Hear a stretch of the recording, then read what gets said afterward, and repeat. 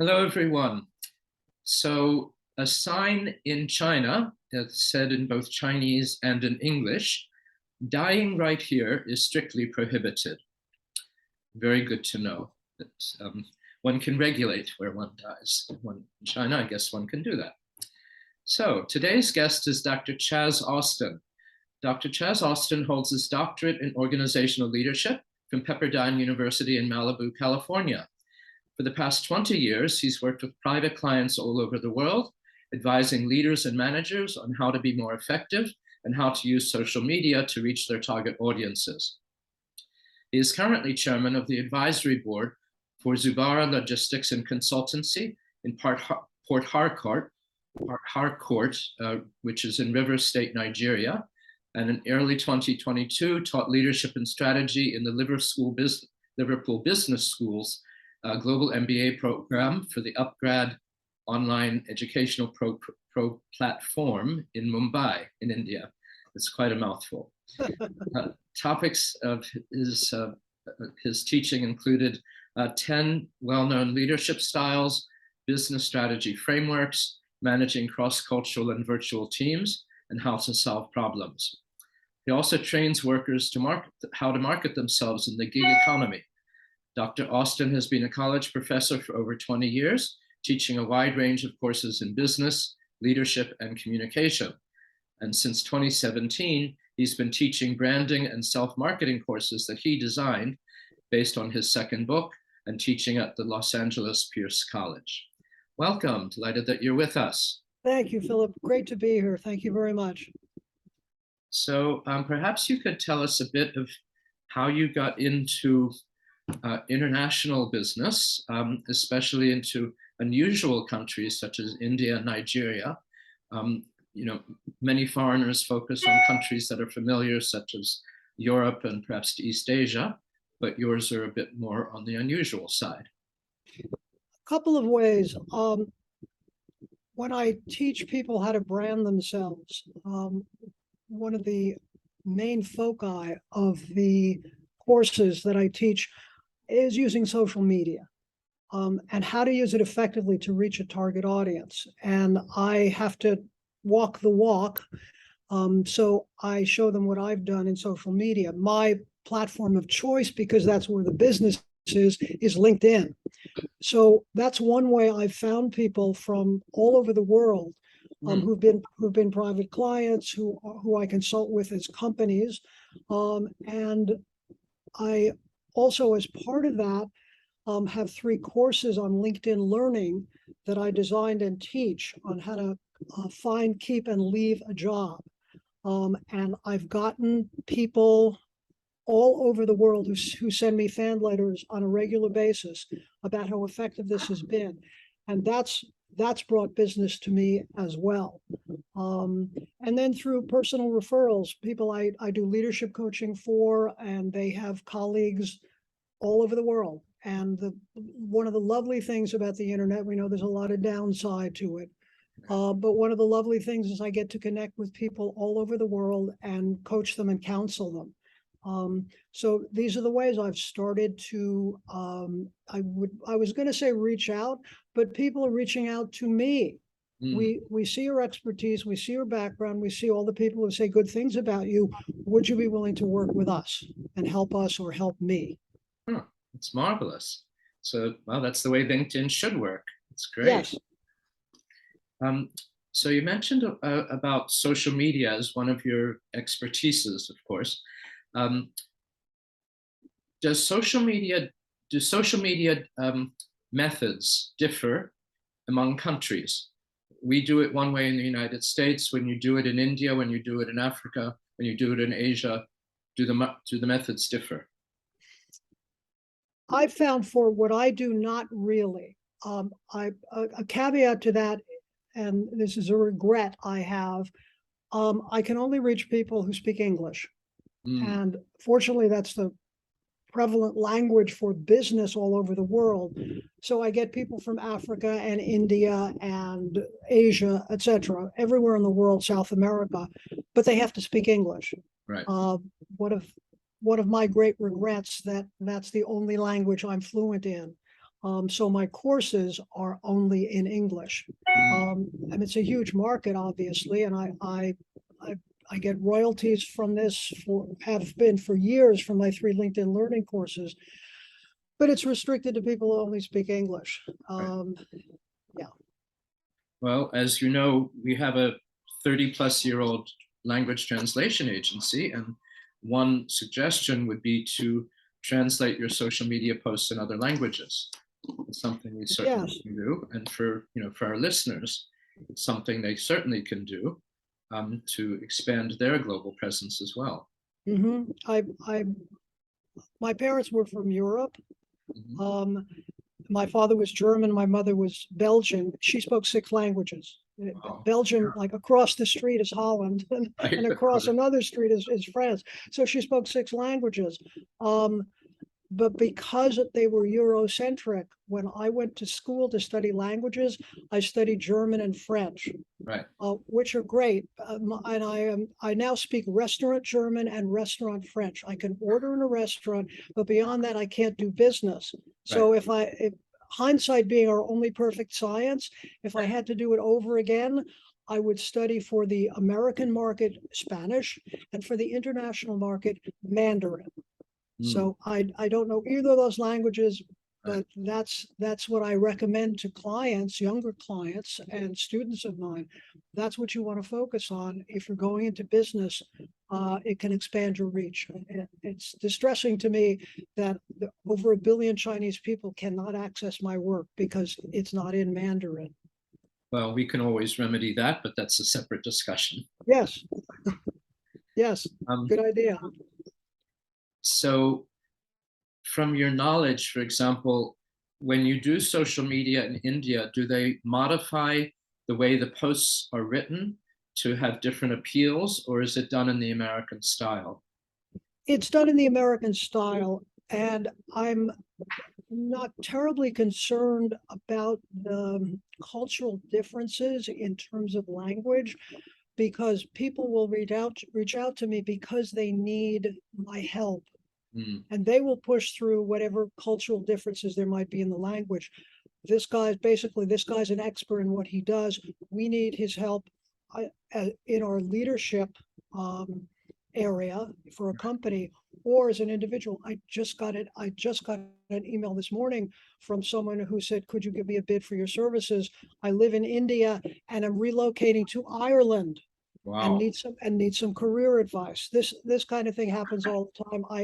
My best example of how global everything's become is I had a client a couple of years ago. He was Italian. He studied at the Thunderbird School, as you did. And he was living in South Africa and up for a job in Kuwait. He got almost, except for Antarctica, he got pretty much every continent in there. Exactly. That's what it's become, and it's a lovely thing to be able to help people. And they're not concerned about the cultural differences so much. I believe I have a certain credibility because I'm an American, Mhm. and that does have some cachet in the world that this guy could help us. I'm thinking of the poor Indian who's moving to Ireland. Depending on his accent, Indian accents can be very thick and hard to understand, and Irish accents to me are the hardest English accent to understand. So, and I've studied 8 languages, so I They, feel badly for this poor guy who may have to so deal with that. so this guy and the Irish can misunderstand each other over a Guinness. Right, exactly. and and they'll figure it out. It's business. Figure it They'll out. figure it out. Right. And they can always use hand gestures if needed Yes, or body language. Yeah, yes. that's wonderful. Which is more important than anything. That's one of the downsides, frankly, of working virtually is the body. You can't quite gauge the body language. When I taught at Upgrad in India, that was a bit of a problem. The accents plus the lighting was bad on the Zoom calls. I couldn't see them. Mm, They didn't realize how difficult the accent was for me to understand it, trying to listen through the electronics. Um, it was a bit of a problem. Nothing for me replaces face to face, but if I want clients all over the world or continue to have clients all over the world, it's the best I could do. Unless, you know, my company in Nigeria wants to fly me out. They're not quite there yet, but we're getting there.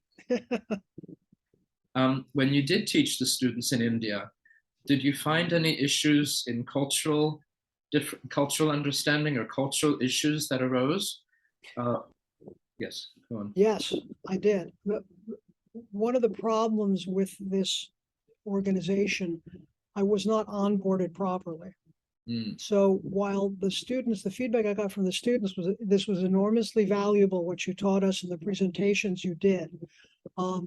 What we were here for was to learn what the subject of our master's thesis should be. They were all going for their MBAs. So there was a disconnect between what they expected and what I was delivering. What I was delivering, they told me was a value. What they wanted was not what I was told that I was supposed to deliver. So that was a cultural issue where I never really interfaced with anyone at a high level in academics, and that was a problem. And some of them were upset, not at me, but upset at the fact that this isn't what we paid for. The other thing about India, they're kind of corporately stuck in the 50s compared to the US. It's very much about title. It's very much about kissing up to the boss and moving up in the organization. That's what defines you as a human being in the business world over there. And they had a lot of communication problems in their respective companies or organizations where someone who was in a supervisory position to them would come in and change the rules or hire people that they didn't know about. And they were not as advanced in terms of communication with their supervisors.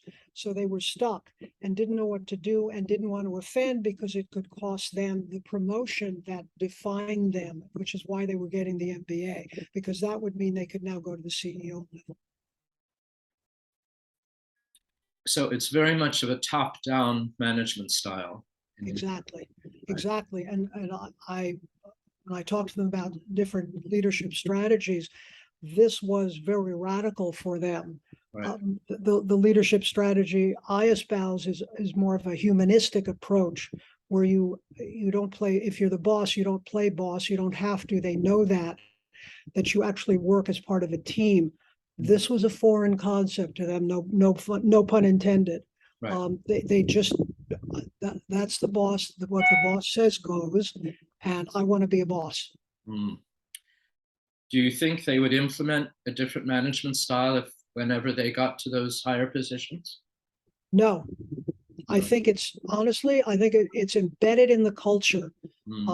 I think change, if it ever came, would come very gradually and would take decades. And you know, as we see in the US, if you do good, you do well, you do well, you do good. That empowering your people and communicating with them and not lording it over them that you're the boss, it increases your revenue, increases your profits.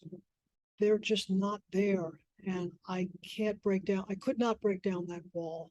Best I could do was offer them some alternatives. Maybe in the future you can look at this. I'll plant a seed. When you are in fact a CEO, maybe you can loosen things up a little and actually listen to the people that work for you, who in some cases, as Steve Jobs said, they should be smarter than you are, and very often are, and get your own ego out of the way. They're a long way from that, unfortunately. So if the lower level Indians had an idea to present to their manager that maybe contradicted what the manager thought or the direction the manager thought they should go, would the lower level Indians present it, or would they just keep quiet? They would keep quiet. Just keep quiet. They would keep quiet. I've written about this a lot. To me, a leader is a good leader, an effective leader is a gardener. You create a safe space and nurture your people. And for them, it's not a safe space. They're not going to stick their necks out because it will cost them the promotion they want. So it very much is towing the line and being a good boy, good girl. Right, exactly.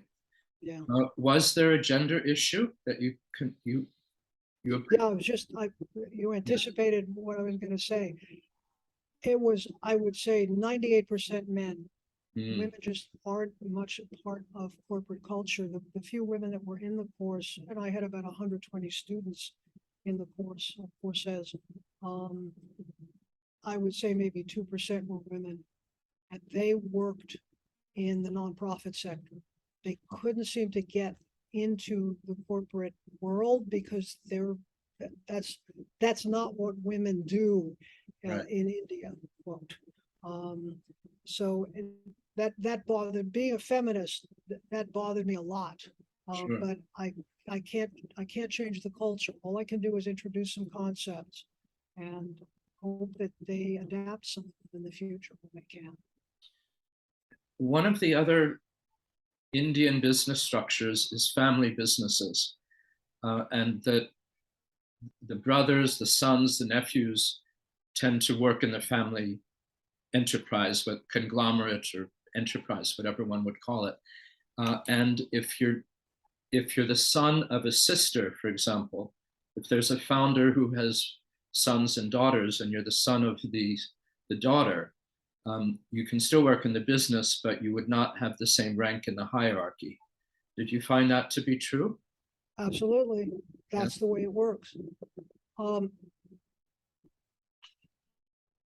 There are a myriad of reasons why they don't leave. I mean, you don't want to leave your homeland, but if you're looking to move up in the corporate world, and I'd recommend this to some of them, you need to leave India because it's too old-fashioned, it's too structured like brick for you to change anything. So if you want to make it, you have to go somewhere else. Yes. So learn the language of whatever country you're moving to, and they'll be more open. That's why so many of them are looking at America. Right. They'll be more open to a woman in a position of power. But they're frightened and they want to make it so their families are proud of them, which means at a corporation in India. There are many women doctors in India, medical doctors. So I assume those were not the kind of people in your course. No, these were people who I want my MBA so I can be a CEO. Right. Okay. That's the stamp of approval, that credibility, that made the difference for them. What's my thesis topic? Mm. I didn't know I was supposed to give you. I'm sorry. I thought I was supposed to teach you something. Right. Well, that disconnect, I don't think it's necessarily cultural. It's just the way academia seems to work sometimes. Yeah. Unfortunately. I consider that there are 4 types of enterprises: private, public, nonprofit, and academia. And academia to me is often on a different planet. Yeah, as a friend of mine said, who worked in politics, in American politics for years, he said there's politics and then there's academic politics. And another level down Right. in the circle of hell. Yeah. I forgot politics. That's the 5th one, I guess. Very fascinating. One of our previous guests was mentioning about Indian entrepreneurs, that it's very, and you may know this, I'm not sure if you do, but I'll ask anyway. Families prefer that their children go into existing businesses and not become entrepreneurs, because if they fail, that can be very embarrassing to the family. And Yes. you found that to be correct also, or the same? Yes. Yes. But the hook for everyone in business is money. Mm. And when I teach my courses, I say that it's all about the money. That's to get them interested. It's not. It's about contributing to the greater good, which I know is what you're about. But the money gets them interested. Yes, I absolutely agree. Indian society is such they don't want to be embarrassed by someone who starts a business and fails. It looks bad for the family. However, if there's enough money on a tech startup, for example, they're willing to take that risk of providing the child who started the business or invested in the business makes big money. Then it's okay. But So as a second job in a way, yeah, that you've made the money in a previous job and now you want to invest it. yes, yes, and tech obviously is huge in India. Right. They're one of the leaders in the world, and if you could start a tech company and be as successful as some of these billionaires, go for it. We'll give you that, and then the family will be more proud of you. Right, exactly. Fascinating. Um, Tell me about this company in Nigeria that you're a part of, what they do, and about Nigerian business from what you've observed. This was a perfect example of the power of social media. The gentleman who heads the company, Promise Zambara, reached out to me a few years ago on LinkedIn. I had no idea who he was. He said, I'm impressed by your background, would like to talk to you. This was even before he'd started the company. And we developed an online relationship, and I would give him advice. He respected my background, my accomplishments, and I was happy to help him. I like to contribute to other people. And then when he formed Zambara, he asked me to head up the advisory committee, which I was happy to do. We had a seminar a few weeks ago, and I did a presentation about leadership. He asked me to do that. And there were quite a few people in attendance. And we just had a Zoom call yesterday, he and I, consultation. And he said, we're starting to get some business from the seminar, which was great. So it's been a real joy to help them. Their business is agribusiness. And there are some severe problems in Nigeria about that. And he's looking to address them, again, not only to make money, but for the greater good of the Nigerian people. That's wonderful. Yeah.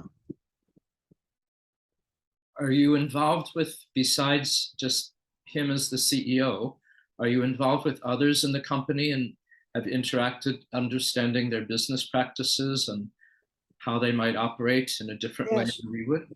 Yes, actually, we've had some Zoom calls together. I'm about to get on their WhatsApp app and start to consult more broadly with some of the people that are running things in the company, not just Promise. Great name, Promise. Yes. And he's a wonderful guy, and with great positive energy, wants to do some real good. So I will be getting more involved with the company, and the other seminars are upcoming that Promise will plan, and I'm sure I will participate, probably with more presentations. Yes. Yeah, so I'm getting more involved with the company, which is really nice. What issues have you found so far in management and leadership styles and operations and marketing, perhaps, of how they might do differently than we would do in this country? It's Africa. There's a lot of corruption in the government. Right. There's a lot of bribery, etc. Even more so than in other countries. Unfortunately, a history of that. So it's creating allies in the government and in business and in education. That's my main thrust in terms of advising them, is to build up their name Pan-African and internationally, so that business and government support and NGOs are drawn to them. Oh, we really like what you're doing. We saw this article. We saw this. Promise was just interviewed. I just posted it to LinkedIn yesterday. And we want to start doing business with you. We want to support you. But they are fighting a very entrenched bureaucracy that is not the most efficient. So that's a real problem they have to face, is they need to create allies in the government, and I will help them with that. So they need to create allies in government, but those allies might expect bribes or commissions or fees or whatever one wishes to call them. Just like in the US or anywhere else in the world. Yeah. I think it's more embedded in the culture there, unfortunately. That's how they've operated for many years. And so we'll see when that happens, what people in the government might expect in return. But the problems are so severe that Zambara offers some real alternatives here and some real solutions to help grow the company and grow their agribusiness sector. What is he doing differently that other Nigerian companies are not doing? We're defining that. They have part of it is that they have a better perspective, I think, than other companies. They're more forward-looking than other companies. They're young, they're new, and they're addressing, basically saying, this is what our business can provide to deal with the problems, offering solutions to the problems that are besetting Nigeria in the agribusiness sector. So I think it's a fresh approach. It's a young approach that the executive committee, the people that Promise surrounds himself with are young and energetic, and they see a future for Nigeria. And I'm enrolled, and they're starting to enroll other people on the ground in Nigeria and in Africa who believe in what they're doing and know that this is the future, and this company will be one of the leaders. I believe that. Oh, that's marvelous. One of the major obstacles in Nigeria, as well as throughout most of Africa, is infrastructure. Getting the farm products from some rural village to, let's say, the cities, and the major cities well, Lagos is on the coast, and upcountry, of course, is very rural. Abuja, the capital, is sort of in the middle of the country, but the roads, the railroads, the trucking, the potholes in the roads, these are all obstacles, and refrigeration. These are all obstacles just to move any kind of agricultural product. So what are they doing to combat those or to overcome those kinds of issues? Oh, they're well aware of that, having to live through it all the time. So that's where the alliances come in with business, with NGOs, with other businesses of academia. Because if the infrastructure isn't there and it doesn't improve, there's not much they can do. And I trust them. They are aware of this. They live there. They know what's wrong, what's missing, and they are addressing that. It will be a slow build, but I believe in their vision and their energy. And I'm happy to do everything I can. Again, my main focus is to draw attention to them so that other people in the sector, probably only in Africa, will say, we should do business with these people. We have the same vision. If we align with each other, we can improve things together. So we're working on that. Have you gotten involved at all in products, produce pricing or marketing? No, No? not my area. I'm advising them. I don't have to be on the ground. Yeah, I know they've got that covered. They're well aware of what needs to be done. I have a contextual perspective, let's say, looking at it from a broader picture. And I think that's part of the reason they brought me on, was I'm not from Africa, but I can see more of a global initiative, more of a global perspective, and help them that way. But the day-to-day, not my thing. Agribusiness is, not my area of expertise. Leadership is, and advising leaders. And what is the management structure of that company? Is it similar to India's, or is it much more open and progressive? It's because it's new, and this is something, thank you, I'm going to stress to them that they don't get too structured or too corporate. Right now, it's about 8 people, I believe. So it's and they're small. adding all the time. Yeah, so it's very small and very fluid. And if they get into if they start getting bureaucratic, that will slow things down. Look at India as an example. But they're young and lean and very energetic, and they want good things for their country, and this is how they're addressing them. So I promise I will keep them on track. Don't get too big and don't get too corporate and bureaucratic. Stay lean, stay hungry, and let's bring in the business. Well, and it's also don't become super top down, where you don't welcome the input of the lower managers, the lower, the lower level executives in the company. Yes, that's the humanistic approach I take, and that's why I was glad when they did the seminar, they had me speak about leadership and how to do this and how to nurture your people. You're nurturing the land, nurture your people as well. Right. And bring on new people as they slowly will, and listen to them. I so often you work in a company and the boss says my door is always open, but you walk in with a great idea and you walk out like a flat tire, because they don't really want to hear what you have to say. I'm the boss. I know. I've known people. I had a colleague of mine who said, "Yeah, leadership. Yeah, leadership means you do what I say."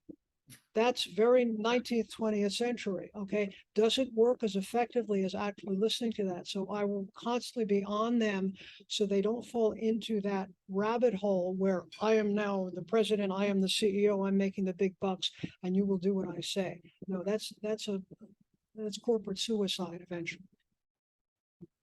Well, I don't know if it's suicide. A lot of companies have that model that are extremely wealthy and effective, and it's not the best approach in terms of encouraging all ideas that can bubble up from below.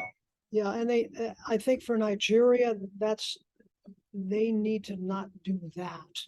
Yes. Yes, I absolutely agree. Companies have been very successful with that. But if you're, with all the problems you have to deal with in Nigeria, with the infrastructure and the politics and so on, you need to stay lean and not be corporate and be open for ideas, because the problems are so horrific that you really need every fresh idea you can get and always welcome that and put those into practice to change things. They have to change the actual culture of the company, which takes years, decades, but they're going to help do that.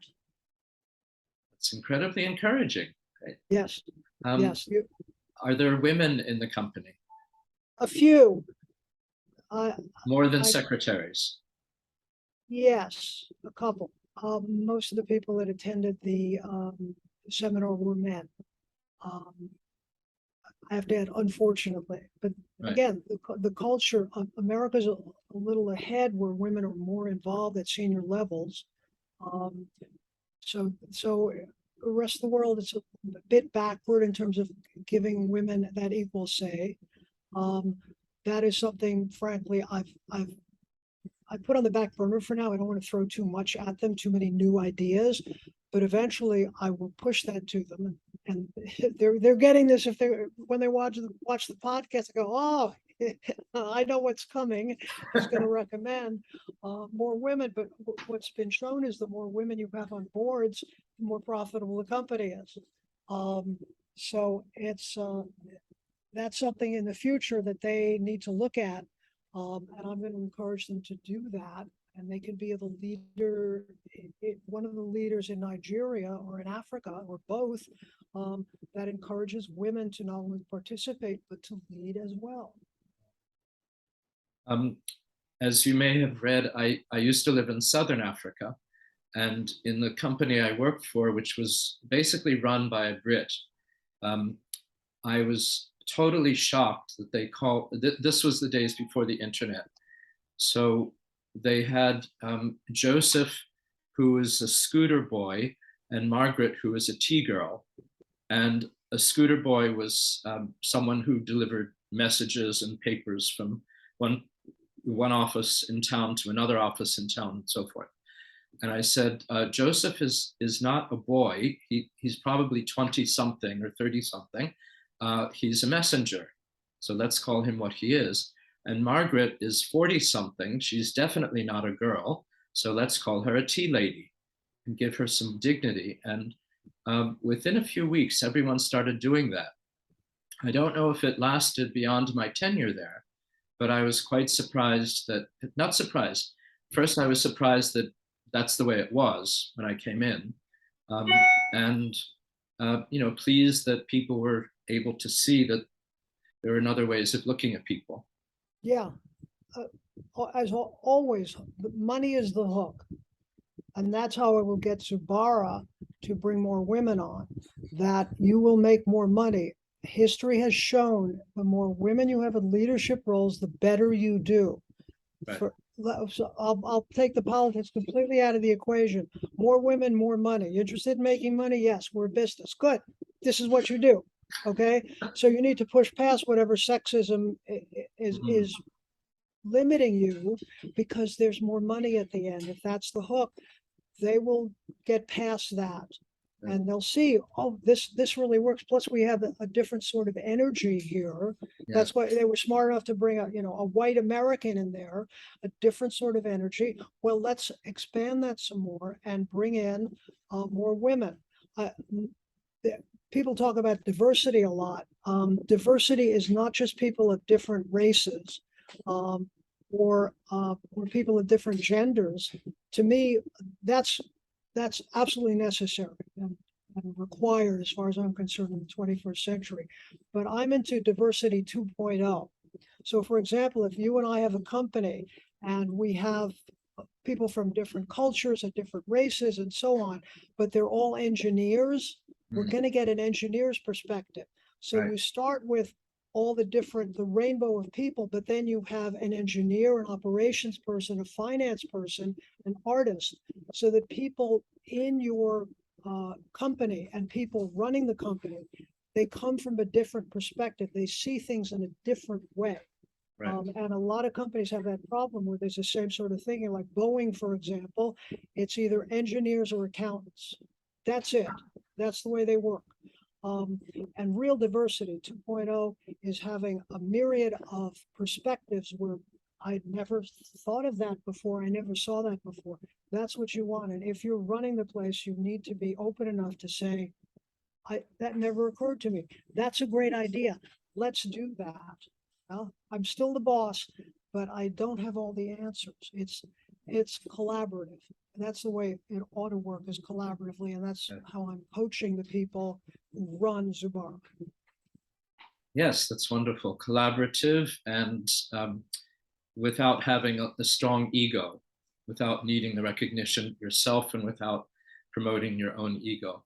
Yeah, and it's the way we work. My wife is a Freudian analyst, and I've learned a great deal from her. And the way corporations work, they're modeled after they're modeled after families. If you grew up in a family, and it was a traditional family, and you had the father and the mother, and the children. The father and the mother, if you then take that 20 years later in a corporate environment, the CEO is either mommy or daddy, and the children are all the workers who are trying to curry favor with the CEO.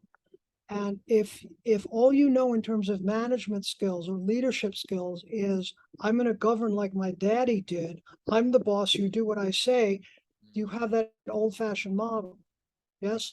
But if you get rid of that model and say, okay, I'm in charge and I have to make decisions and I have the vision, but I'm going to work collaboratively. It's not top down. Yes, I ultimately will make the decisions, but I'm going to get input from everyone in the organization because they know things I don't. They say things I don't. But it's fascinating when you look at that corporations are really modeled after the family. And you have, as a colleague of mine said, he was a therapist, or is a therapist, he said, it's basically just kids on a playground in suits. How come my office is bigger? How come his office is bigger than mine? How come I don't have a computer as big as he does? Go in your room and chill, okay? Take a time out. And they behave the same way. That's why some of the most effective office managers in recent history have been women who've raised children. Because if you've raised children, you can manage the children in suits in the organization who come up with this kind of stuff. It's like, I've done this. They're basically 5-year-olds. If you stop treating people like that and you stop playing mommy or daddy, it's much more effective and more profitable. Again, back to the money. You'll make more money that way. Oh, okay. Now I'm paying attention. I actually draw on the whiteboard a big dollar sign at the beginning of my courses and say, this is all the course is about. I get their attention. That's the first step. That's wonderful. Well, thank you so much. Is there anything else you'd like to add before we close? It's been a pleasure. and I now know better, having spoken with you about what you do. And since I work globally, you are now a resource for me, for my clients, until we get to the point where we have instantaneous translation in every language. That's a day I look forward to, where I can converse with anyone in any language. But until that time, what you're doing is an enormous service and value to people, and I well may call on you. Thank you. Thank you so much. You're great. And by the way, there is more or less, there are apps that do instant translating and interpreting, but those are primarily for travel or for lower level daily activities, not for business, not for technical, not for politics or so forth. And if people make the mistake of using those apps for the uses for which they were not intended, they will get very comical results and sometimes very embarrassing results. Yes, I know. As I showed in the very beginning with the lovely sign in China that said, "Dying right here is strictly prohibited." I'm sure that was directly translated from something. Yeah. Very good. Thank you. So this has been a wonderful session with Dr. Chaz Austin, and I hope you will all join us next time for another edition of Global Gurus and Stories of International Business. Thank you. Thank you.